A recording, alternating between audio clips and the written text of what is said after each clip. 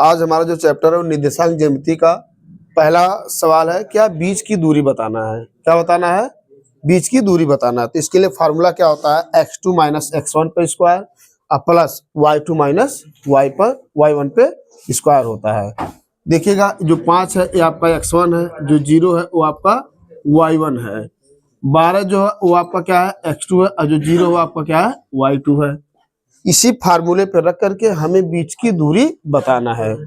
देखिएगा तो x2 कितना है -12, यहाँ भी माइनस है, और x1 का मान कितना है 5 पर स्क्वायर हो जाएगा, प्लस y2 माइनस y1 यानी 0 माइनस 0, उसका कोई मतलब ही नहीं होगा। फिर आप देखिएगा तो -12 -5 जोड़ेंगे तो हो जाएगा -17 पर स्क्वायर और प्लस 0 को हटा दीजिए, 0 का कोई काम ही नहीं है। आप देखिए किसी भी संख्या का जो वर्ग होता है वो हमेशा धनात्मक होता है, चाहे माइनस में रहेगा तब भी वो धनात्मक आएगा, और प्लस में रहेगा फिर भी वो धनात्मक ही आएगा। तो -17 पर स्क्वायर है तो इसका आंसर कितना हो जाएगा 289, यानी उसके बीच की दूरी कितना हो जाएगा, हाँ 289 यानी कि 17 ए आंसर हो जाएगा।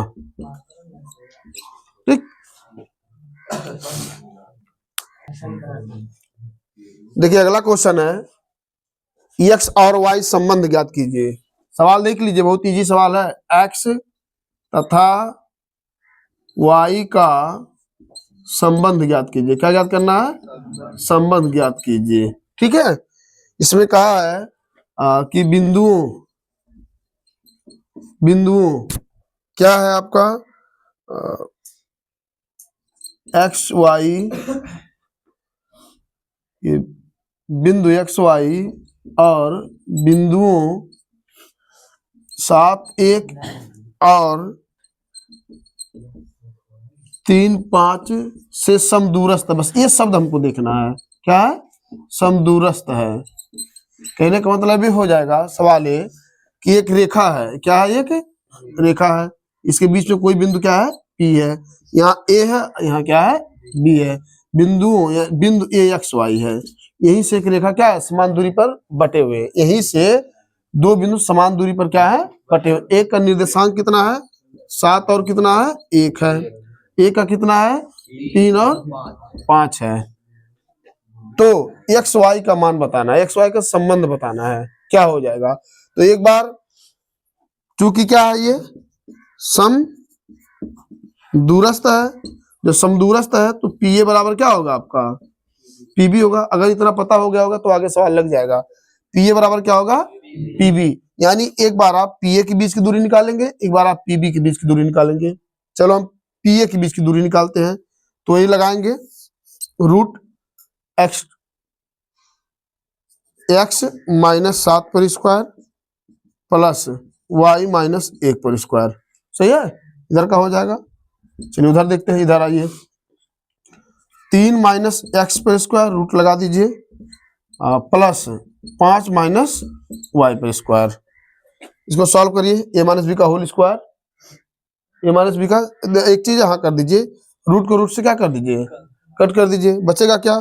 तो ऐसे कर लीजिए आप a पे स्क्वायर, फिर क्या होगा प्लस b पे स्क्वायर और -2ab प्लस a पे स्क्वायर b पे स्क्वायर -2ab।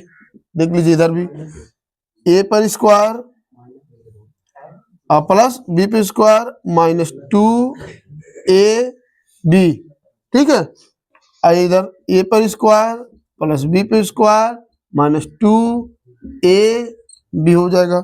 सॉल्व करिए, x पे स्क्वायर हो जाएगा, साथ साथ कितना हो जाएगा 49 7 दूना 14x प्लस क्या हो जाएगा y स्क्वायर 1 और 2 पूरा 2y हो जाएगा। इधर भी देख लीजिए 3 3 9 x स्क्वायर और 3 दूना 6x 5 5 25 plus y square minus कितना 10y। एक चीज यहाँ बताइए, देखिए a से क्या हो जाएगा कट जाएगा, y से क्या हो जाएगा कट जाएगा, और क्या क्या बचा है यहाँ पर। अब हम अंक केवल देखते हैं, देखिए 49 कितना हो जाएगा 50, रहने दीजिए 50। हो गया 50 हो गया इधर। और इधर क्या क्या बचे हैं 14x और -2y हो गया ना। इधर देख लेते हैं हम लोग क्या है 25 और 10 कितना हो जाएगा 35, एक गढ़ 34 हो गया। क्यों 34 बचेगा 34 और क्या बचा 6x और -10y। चर एक और अचर एक और, यानी इस 34 को इधर लाएंगे। ठीक, तो हो जाएगा आपका 50 माइनस 34 बराबर, अब ये 6x 10y है जो माइनस में उधर, अब इस पूरे पद को उधर भेज देंगे, क्या हो जाएगा प्लस 14x और प्लस 2y हो जाएगा। 50 में से 34 जाए कितना हो जाएगा 16, कितना 16 बराबर 6। देखिए ये बिरादर है 6x 14x, तो ये माइनस में प्लस में तो क्या हो जाएगा 8x होगा, कितना 8x। यहाँ पर देखिए 10y में से 2y कितना हो जाएगा 8y हो जाएगा। ठीक है, देखिए अब इसमें 8 कॉमन ले लीजिए, 8 क्या ले लीजिए कॉमन ले लीजिए, एक स्टेप और लगा दे रहे हैं इसको हम, तो ऐसे हो जाएगा 16 बराबर 8x माइनस वाई, 8 दूना 16, यहाँ क्या आएगा 2। कहने का मतलब एक्स वाई का संबंध पूछ रहा है, इसका हो जाएगा x माइनस वाई बराबर 2, यही क्या हो जाएगा उसका संबंध हो जाएगा। देखिए कह रहा बिंदु ए में दिया है भुज और कोट 2 और -2 और बी का दिया है 3 और 7 को जोड़ने वाली रेखाखंड की लंबाई, यानी 2 बिंदु है, एक ए है एक क्या है बी है, इसके बीच में एक रेखाखंड है। एक का निर्देशांक दिया है 2 और -2, एक का दिया है 3 और 7 दिया है। कह रहा है इसके रेखाखंड की लंबाई, इसके मतलब इसी यानी बीच की दूरी पूछ रहा है। यहाँ कंफ्यूज नहीं होना, फार्मूला वही लगेगा। तो आप इसको मानेंगे x1 ये क्या आपका x1 ये क्या आपका y1, ये क्या आपका x2 है, ये क्या है जी y2 है। तो ये बीच की दूरी d बराबर क्या हो जाएगा आपका x2 minus x1, formula x2 minus x1 पर स्क्वायर प्लस y2 यानी y2 माइनस y1 पर स्क्वायर, अंक रखेंगे यानी जिसका जो मान उसको रखेंगे। x2 कितना है 3 माइनस x1 कितना है 2 पर स्क्वायर प्लस y2 कितना है 7 माइनस y1 कितना है -2 पर स्क्वायर। अब देखिए 3 में 2 जाएगा 1 पर स्क्वायर, 3 में 2 जाएगा 1 ही बचेगा, 1 पर स्क्वायर हो गया प्लस माइनस माइनस प्लस 7 2 9 पर स्क्वायर हो जाएगा। अब देखिए फिर 1 पे स्क्वायर है तो ये कहीं होगा, 9 पे स्क्वायर क्या हो जाएगा 81 हो जाएगा। अब जोड़ देंगे तो रूट कितना आएगा 82 मात्रक, यही आप बीच की क्या हो जाएगा उसके दूरी यानी रेखाखंड की क्या हो जाएगी लंबाई हो जाएगी। देखिए इस बार दूसरे तरह का क्वेश्चन है। आपकी अभी तक जो हम लगा रहे थे कि बीच की दूरी बताइए, आपकी बार बीच की दूरी क्या कर दिया है दे दिया है, तो एक बिंदु का मान बताना है, एक्स का मान बताना है। तो इसके लिए क्या है फार्मूला वही है बीच की दूरी, बीच की दूरी का फार्मूला क्या है d बराबर आपका x2 माइनस x1 पर square plus y2 minus y1 पर स्क्वायर है।